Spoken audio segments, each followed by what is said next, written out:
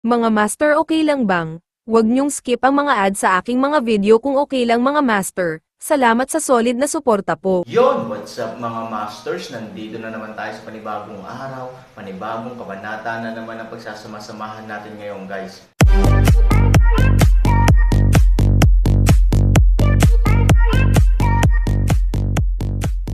Bali mga masters, kung bago ka pa lang po sa aking YouTube channel, please click the subscribe button, lalong-lalo na po yung notification bell guys, para maging connected pa rin tayo sa isa't isa at maging updated kayo sa mga susunod ko pang video.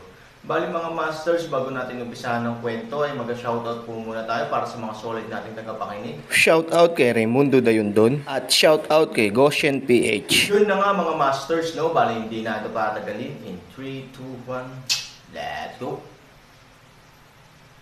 Ang kanyang ina, oras na upang mahulog sa lungsod at sirain ito. Ang aking unang tagumpay ay nasa harap ko. Natuwa ang Southern Commander. Saglit lang, sa kanyang kagalakan, 50,000 Southern troops ang nagtipon. Commander, gusto mo bang sabihin ito sa matanda ng dragon? Mahinang tanong ng nasasakupan. May pinadala ako para ipaalam sa kanya, kalsada ng Southern Commander. Ang ibig sabihin ng commander ay hindi na natin hihintayin ang susunod na utos ng Dragon Elder. Subordinate kakaibang paraan. Wait for the order. Wait for what order? Pagdating ng mga tao ko sa pwesto niya, maiisip niyang mag-message ulit sa akin. I'm afraid the cauliflower will be cold at that time. Nabuksan na ang South Gate, at ngayon ito ang pinakamagandang pagkakataon. Ang tinatawag na pagkakataon ay hindi na maaaring palampasin, at hindi na ito babalik. Sa larangang ito, mabilis na nagbabago ang anyo. Kung kailangan mong tanungin ang nangunguna sa lahat, mas mabuting huwag nang lumaban. Ang general ay nasa labas, at ang utos ng militar ay hindi katanggap-tanggap. Ang mga salita ay nahulog, at ang sandata sa kanyang kamay ay nahulog sa isang hampas. Nasaan ang mga general? Oo, bueno, sundan ang aking commander sa lungsod at manalo sa unang labanan ng pagkubkob. Oo, bilisan mo, bilisan mo. Sa pangunguna ng Southern Commander, 50,000 katao sa timog ang sumugod din patungo sa South Gate ng lungsod. Makalipas ang halos isang kapat ng oras, dumating din ang mensahero sa harap ng hukbo ng East Gate. Sa ilalim ng utos ng Commander, ang Southern Secret Envoy ay may mahalagang balita na iuulat sa Dragon Elder. Napahinto ang lalaki, ilang metro ang layo kay Mingyu at kinailangan niyang magsalita ng malakas. Bahagyang tumalikod si Mingyu, at pagkatapos ay kumaway sa kanya para magsalita. Bumitaw ang sundalo, at mabilis ding naglakad ang lalaki papunta kay Menggayo at sa iba pa. Sa oras na ito, sa tabi niya ay isang grupo ng mga nakaka-relax na executive. Anong problema? Sabi ni Zhu Yanshua. Sabihin mo sa Elder ng Dragon na naging epektibo na ang ating panghihikayat.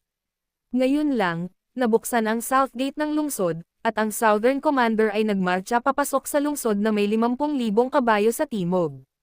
Bukas ang South Gate. Halatang nagulat si Zhu Yanshua. Samantala, may iba pang mga executive na naruroon. Pagkatapos ng lahat, ito ay talagang isang napakalaking balita para sa lungsod na inaatake sa mahabang panahon. Totoo ba yon? Excited na sigaw ni Ye Shijun. Mabilis na tumango ang lalaki. I don't dare to deceive you, Shangguan. Mabuti, mabuti, napakabuti, kung ang timog na tarangkahan ay magbubukas mismo, ang ating hukbo ay papasok sa lungsod na parang walang teritoryo, at pagkatapos ay ang depensa na dapat mahulog sa lungsod ay ganap na mawawasak sa pagpasok ng ating hukbo. Haha, sa oras na iyon, hindi isang sandali bago natin nakuha ang lungsod. Naglalaro pa rin ng pasensya si Han Sanchen dito. Sa totoo lang, hindi niya alam na ninakaw na natin ang bayang sinilangan niya. Hahaha. Isang grupo ng mga tao ang nagtawanan at tuwang-tuwa. Ito ay isang mahusay na magandang bagay, at wala sa mga ito. Gayunpaman, sa lahat ng mga taong tumatawa ng malakas, ang isa ay sumimangot.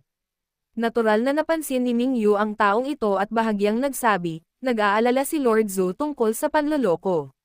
Sinulyapan ni Zhu Yanshua ang lahat at alam kung ano ang ginagawa niya ay nakakainis sa lahat, ngunit ibinuka niya ang kanyang bibig at tumango. Oo, palaging nararamdaman ng aking mga nasasakupan na ito ay masyadong makinis. Alam nating lahat na si Lord Zhu ay maingat, ngunit kung minsan ay maingat pa rin siya, kaya hindi maiiwasang tawaging nagpapanggap na puwersa. Tama, ano pa ba ang dapat ikabahala kapag bukas na ang gate ng lungsod? Mahirap bang alalahanin kung may tambangan sa loob? Inatake namin ang lungsod, ngunit ang ilang mga tao ay mas maingat kaysa sa mga tagapagtanggol. Nagkatinginan sina Ye Shijun at Fu Tian at Ninishan. Ngayon si Zhu Yanshua ay kinukutya ng grupo. Paanong hindi sila matutuwa? Medyo nahihiya din si Zhu Yanshua. Kung tutuusin, sa ilang mga anggulo, may kanya-kanyang dahilan ang kinukutya ng mga taong ito sa kanilang sarili. Siguro sobra talaga ang pag-aalala ng mga nasasakupan ko. Bukas talaga ang gate ng lungsod at wala akong masabi. Ang aking mga nasasakupan ay konektado lamang sa kakaibang pag-uugali ng Aaron sa unahan, at palagi nilang nararamdaman na parang may mali. Bahagyang tumango si Mingyu at tumingin sa lungsod sa malayo, na parang may iniisip ang storytelling channel sa YouTube. Huminga ng mahabang hininga si Mingyu, at ang saya sa mukha niya ay napalitan din ng kalungkutan. Ang pag-aalala ni Zhu Yanshua ay talagang hindi kwalipikado sa sandaling ito, ngunit sa pagmumuni-muni, kahit na walang ebidensya, kinikilala din niya ang sinabi ni Zhu Yanshua. Kung ang lahat ng bagay ay konektado, tila laging may mali, ngunit ang maling ito ay hindi nagagawa ng mga tao na sabihin kung ano ang mali. Lord Zhu, ano ang iyong opinyon sa bagay na ito? Nang marinig ang payo ni Mingyu kay Zhu Yanshua, ang mga taong nanunuya sa kanya ay higit na hinamak si Zhu Yanshua sa oras na ito. Pagkatapos ng lahat, ang kanyang pag-uugali ay malinaw naman ang isang exception sa karamihan ng tao, mabaliw brush pakiramdam ng pagkakaroon. Paanong hindi ito malalaman ni Zhu Yanshua, ngunit ngayon ay wala ng ibang paraan, at maaari lamang niyang kagatin ang bala at sabihin, iminumungkahi ng aking mga nasasakupan na ang ating mga hukbo sa silangan, kanluran at hilaga ay maglunsad din ng pagkubkob sa oras na ito. Sa ganitong paraan, 3 hukbo ang umaatake sa lungsod. Kahit na may pandaraya sa lungsod, ngunit ang iba pang 3 panig ay na-decompress na namin, tiyak na hindi mataas ang antas ng pandaraya. Sa ganitong paraan, ang Southern Army ay maaaring umatake at umatras. Hindi ako sumasang-ayon. Si Ye Shijun ay unang tumayo, at pagkatapos ay bahagyang sumaludo kay Mingyu ng isang yakap, hinamak na sumugod kay Zhu Yanshua at sinabing, hindi pa ako nagbigay ng utos na salakayin ang lungsod noon, ngunit ngayon ay gusto kong gamitin ang hukbo ng madalian. Sa pagkakataong iyon, nagmamadali pa ang 3 hukbo, huwag kalimutan, maaaring nasa likod natin si Han Sanchen sa oras na ito. Elder Shen lang, tama si Ye Gangzi. Magmadali tayo sa pag-atake sa lungsod. Kung si Han Sanchen sa likod natin ay maglulunsad ng sorpresang pag-atake sa oras na ito, magiging masama ang ating sitwasyon. Kung gayon, bakit hindi na lang natin ipadala ang mga hukbong kanluran at hilaga? Alam ni Mingyu na ganito ang sitwasyon at pumili ng kompromiso. Sa tingin ko hindi na kailangan. Namumukod tangi rin si Fu Tian, ang 2 hukbo sa kanluran at hilaga ay sumalakay.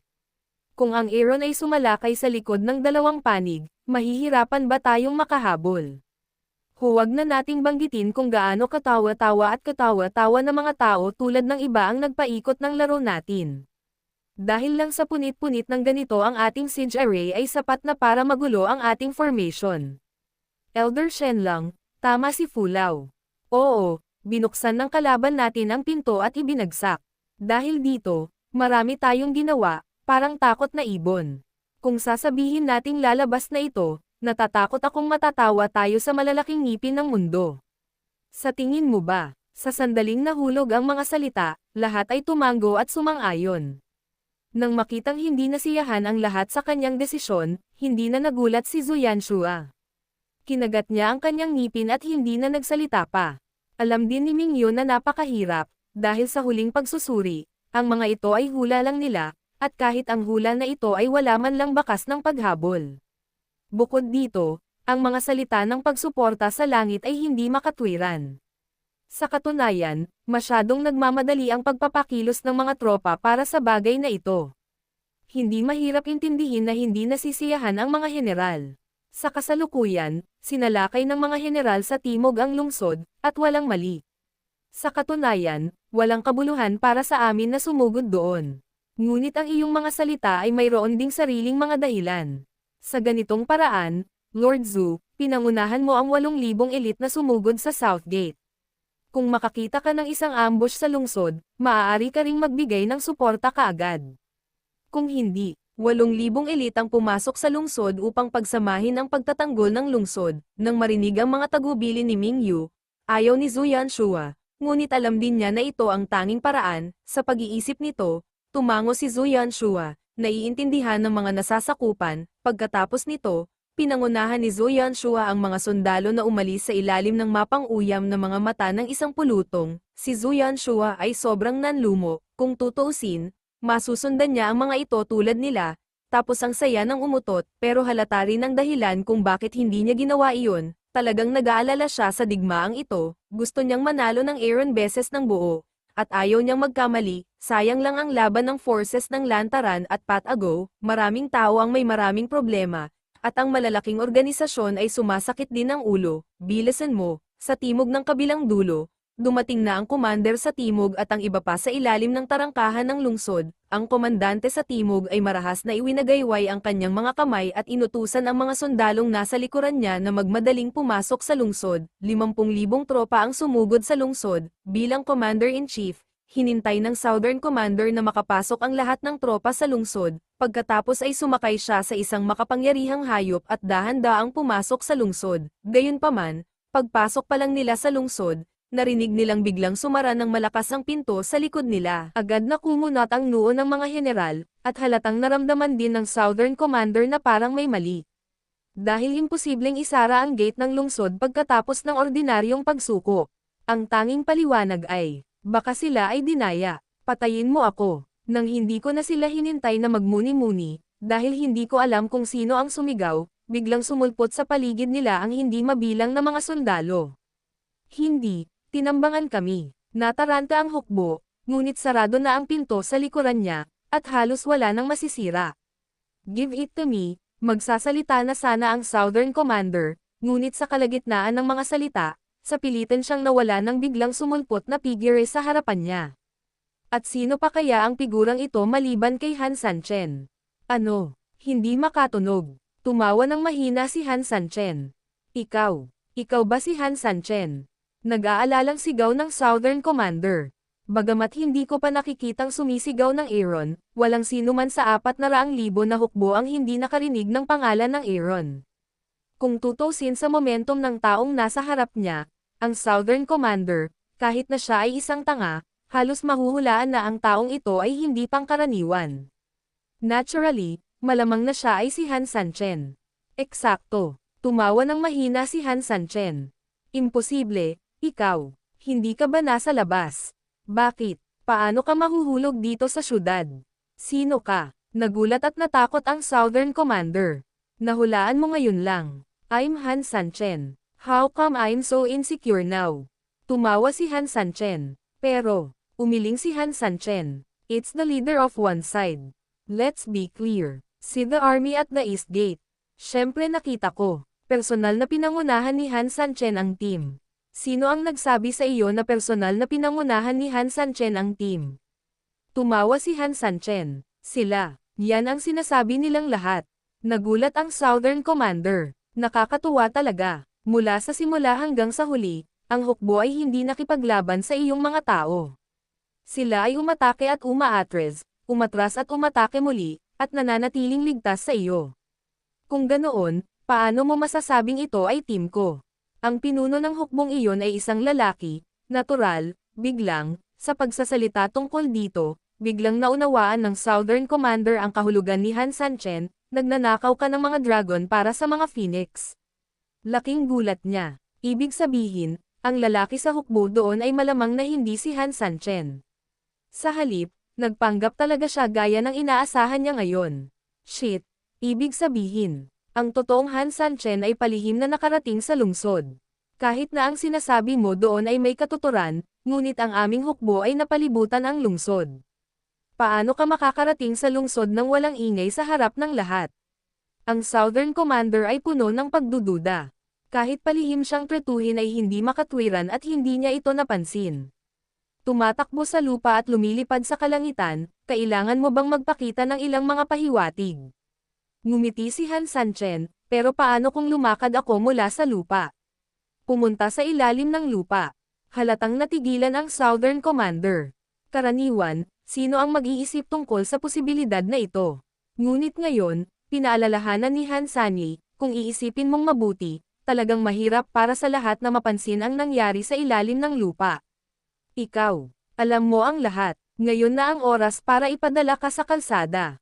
Words fall, Aaron big hand waved, done time, all around the already prepared highlands, Archer's volley, and falling stones ejection.